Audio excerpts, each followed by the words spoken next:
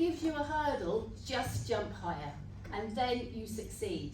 And that picture there was a test of resilience, because obviously I'm talking about resilience here. Resilience, we hear about the definitions, and I'll go on to that in a minute.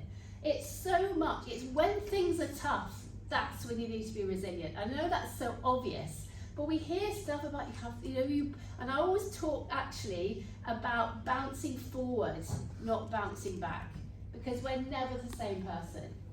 So back to this picture. End of September, Laura was there too. We climbed Snowdon as part of a mastermind group we're in. Now, normally it can be quite windy and cold, sometimes it can be sunny. Anyway, whatever, we chose the day. We had 50-mile-an-hour winds, we had hail, which you don't normally have in September, and the weather was atrocious. The visibility was atrocious. Some of our group decided to get the train, but there was no train because the trains were cancelled. But we thought we're going to do it anyway.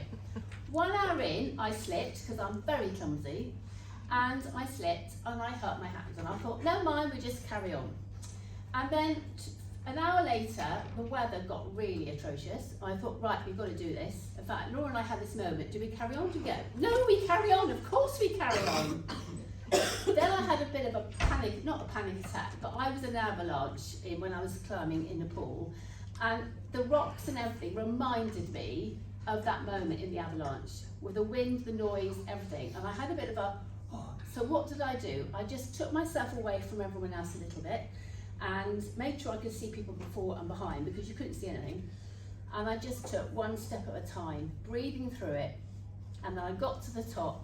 And actually the friends I was with at the time said, you've got to celebrate this. And I was thinking, yeah, but I've got to get down again.